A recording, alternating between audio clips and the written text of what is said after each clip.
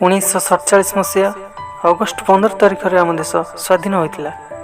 ଚଳିତ ବର୍ଷ ବରୀର ବିଭିନ୍ନ ସ୍ଥାନରେ 75ତମ ସ୍ୱାଧୀନତା ଦିବସ ପାଳିତ କରାଯାଇଥିବା ବେଳେ ଥାନା ଅଧିକାରୀ ଅଜୟ କୁମାର ଜେନା ଓ ତହସିଲଦାର ମାନସ ରଞ୍ଜନ ଭୋଇ ବରୀ ମାଉଣ୍ଟ ମୁଖ୍ୟ ବଜାରରେ ଲୋକମାନଙ୍କୁ କରୋନାର ତୃତୀୟ ଲହରୀକୁ କିଭଳି ଭାବରେ ମୁକାବିଲା କରିବା, ନିଜେ ଓ ପରିବାରକୁ କିଭଳି ସୁରକ୍ଷିତ ରଖିପାରିବା ସେ ବିଷୟରେ ବୁଝାଇଥିଲେ।